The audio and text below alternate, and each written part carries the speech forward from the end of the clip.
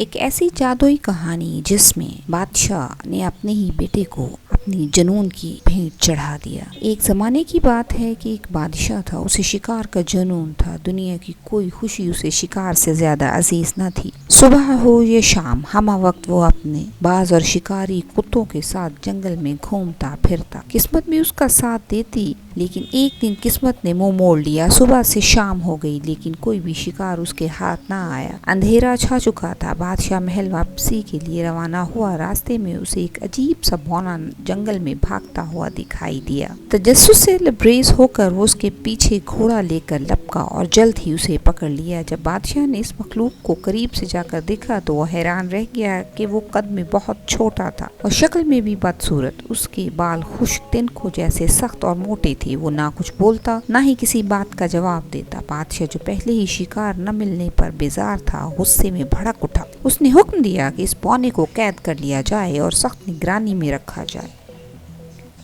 محل واپس پہنچنے پر درباریوں نے مشورہ دیا کہ بونے کو محل کے پاس قید کیا جائے تاکہ سب جان سکیں کہ بادشاہ کتنا عظیم شکاری ہے۔ ایک مضبوط پنجرہ بنایا گیا جس میں بونے کو قید کر دیا گیا اور بادشاہ نے چابی اپنے پاس رکھ لی۔ کچھ عرصہ بعد ملک پر جنگ کا سایہ پڑا اور بادشاہ کو محاذ پر جانا پڑا۔ جاتے ہوئے اس ملکہ کو سلطنت اور قیدی بونے کی حفاظت سونپی اور چابی اسی کے حوالے کر دی۔ بادشاہ اور ملکہ کا ایک ذہین، معصوم اور تجسس بھرا بیٹا تھا۔ شہزادہ وہ ہر چیز جاننا چاہتا تھا، سوالات کرتا، کھیلتا اور سیکھنے کو بیتاب رہتا۔ ایک دن وہ باغ میں کھیل رہا تھا جب اس کا خوبصورت کرسٹل کیوب اچانک پنجرے کے اندر جا گرا۔ بونے نے وہ کیوب اٹھا لیا اور مسکرایا اور شہزادے کی طرف واپس پھینک دیا۔ اس طرح دونوں میں کھیل کا آغاز ہو گیا، لیکن اچانک بونے نے کیوب واپس نہ کیا اور کہا، جب تک تم مجھے آزاد نہیں کرو گے تو میں واپس نہیں کروں گا اس کیوب کو۔ بونے نے پہلی بار بات کی۔ شہزادہ حیران تھا، لیکن دل